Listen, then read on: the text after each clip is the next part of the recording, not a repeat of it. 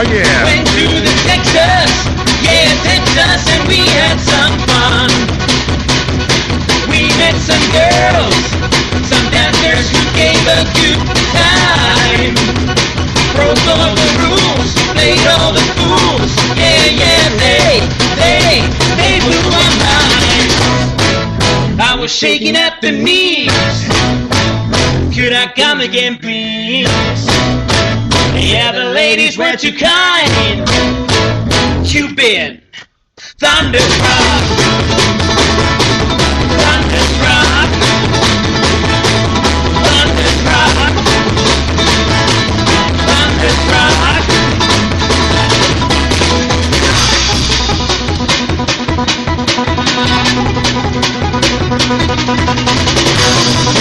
I was shaking at the knees.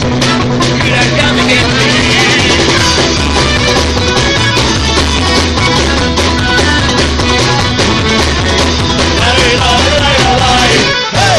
Hey!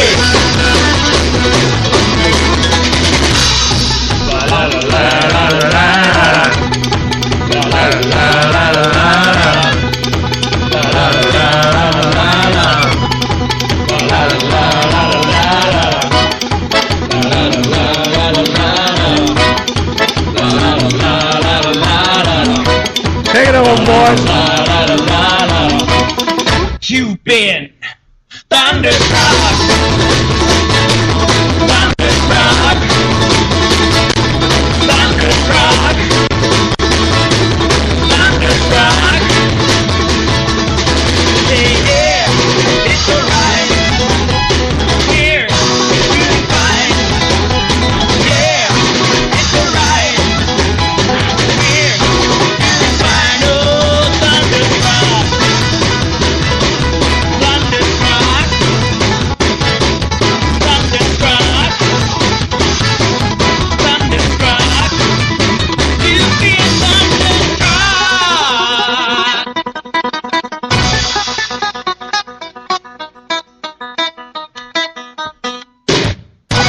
You've been thunderstruck, baby. Greetings, welcome back, ladies and gentlemen. That is a group, which by the way, I posted this. I don't know if I posted on the Patriot Media Network. I will before the show's over. Posted on my page, Anthony John Schindler. It's a group they look like they're out of the hills of Kentucky or West Virginia or someplace. But they're actually a group called Stephen, the letter N, Seagulls. Stephen and the Seagulls. And they're out of New Zealand. Stephen and Seagulls. Covering a little AC/DC there. And watching the video's great. Them boys are good. That boy can pick that banjo, every one of the instruments they're playing. Them boys are good. I thought I'd share that with you. You know, my theme song's Thunderstruck, so that's pretty cool. I'll post that at the Patriot Media Network before the show's over or right when the show's over. Or look them up yourself. That's where I found it, was on Facebook. Amazing AC/DC cover. Probably find them on YouTube as well. Pretty good stuff. Pretty darn good stuff right there, boy. I tell you what. I was even thinking of getting with my technical producer and thinking about doing a hillbilly version of my opening with that. We'll see. You know, just for giggle. Just for its and giggles. Might be cool. Let's see, moving on. Want to get into the border this hour. Let's see here. But before I do,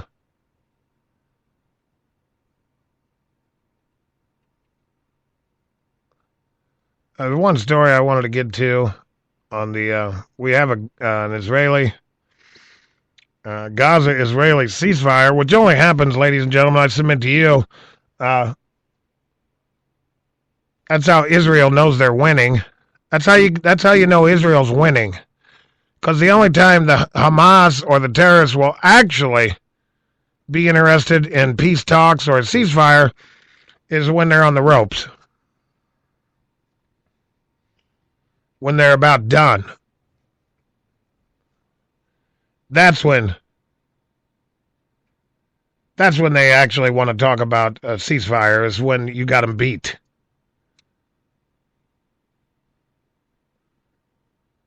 For the life of me,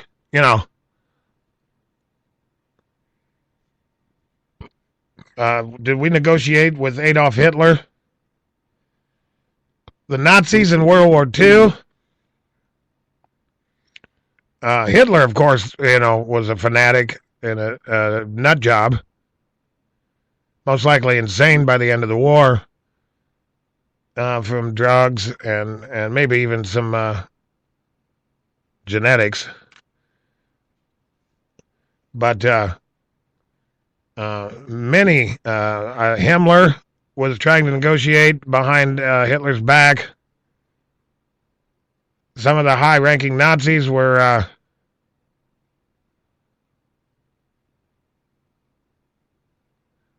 trying to negotiate a peace. No, absolutely not. Unconditional surrender. The Japanese were trying to negotiate peace. No, absolutely not. Unconditional surrender. Although the Japanese did get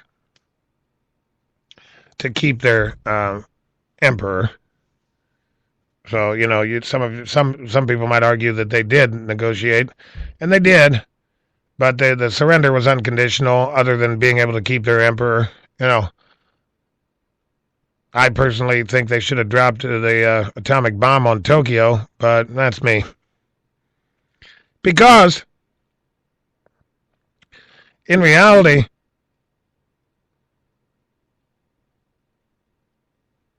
those 2 atomic bombs saved millions of lives.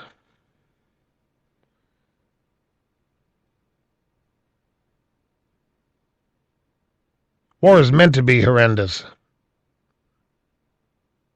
It's unfortunate civilians die, but it's meant to be horrendous.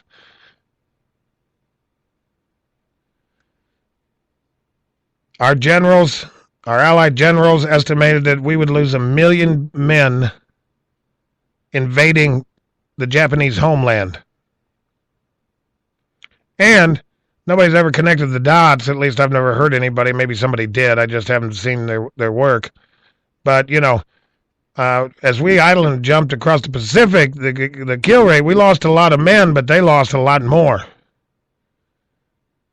The atomic bombs saved many hundreds of thousands, if not millions, of Japanese lives.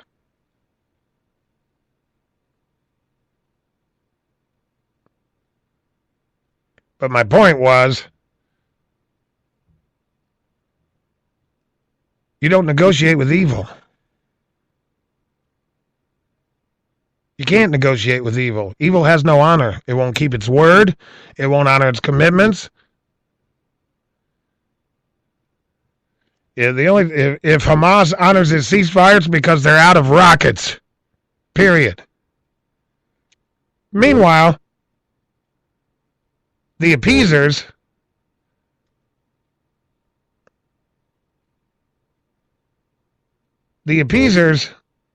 are still hard at work here in the United States of America, up to and including one of our former presidents, Der Judenhasser, the Jew hater, Jimmy Carter.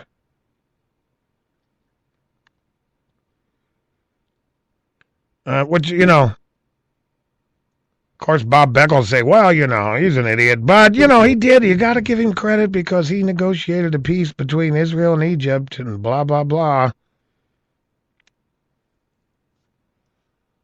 Well, I'll kind of give him that. But at the time, I don't know if Mubarak was in charge. Mubarak was in charge for quite a few years. I can't remember. I think it was Sadat or I don't know. I can't remember who was in charge of Egypt at the time. My fault, but it's not relevant, really. The particulars. Egypt was coming to its own realization that they didn't want the jihadis in their country.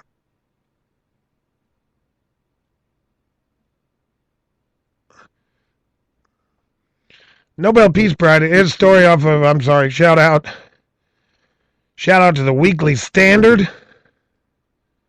a blog by Gerald Beyer.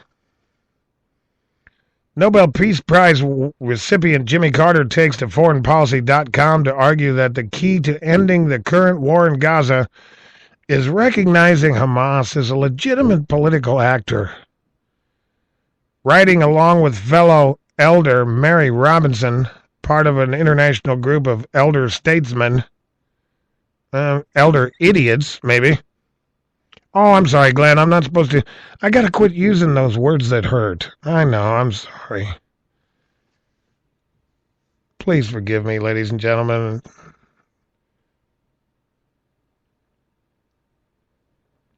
The former president pins the blame for the current conflict on Israel's refusal to appreciate a major concession made by Hamas in April and to recognize the new Palestinian government formed by the Hamas-Fatah reconciliation. Oh, I love those Fatahs.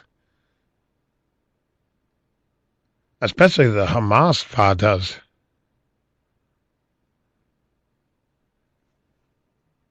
Just saying. This tragedy results from the deliberate obstruction of a promising move toward peace in the region. When a reconciliation agreement among the Palestinian factions was announced in April, this was a major concession by Hamas in opening Gaza to joint control under technocratic government that did not include any Hamas members. Bullcrap. The new government also pledged to adopt the three basic principles demanded by the Middle East Quartet, comprised of the United Nations, the United States, and the European Union, and Russia, nonviolence recognition of Israel, and adherence to past agreements. Tragically, Israel rejected this opportunity for peace and has succeeded in preventing the new government's deployment in Gaza. Oh, Jimmy, you the Judenhasser. Who the good little Judenhasser? Translation. Who's the good little Jew hater? Jimmy Carter, if you go back and read the transcripts of many of his speeches, not unlike Obama, we're great friends with... We're great. Nobody's been a greater friend to Israel. But they got to stop killing those poor Palestinian babies. It's obvious Jimmy Carter's a Jew hater and has been for a long, long time. And quite frankly, is one of those people I talk about that is incapable of recognizing evil. Hamas isn't a legitimate anything. While Carter and Robinson excoriate Israel for its conduct of the war, Hamas escapes with only a single reference to its war crimes committed by both sides as unacceptable. There is no humane or legal justification for the way Israel Defense Forces are conducting this war.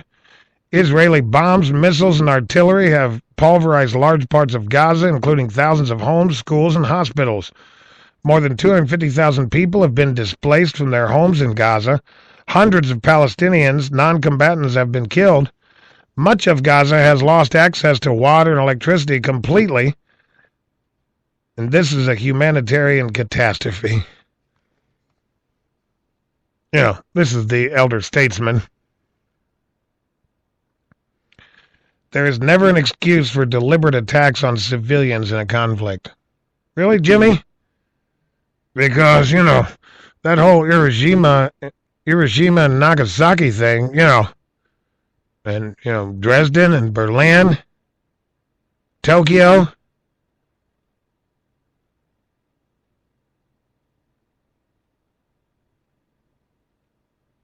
There's never been a war ever fought where deliberate attacks on civilians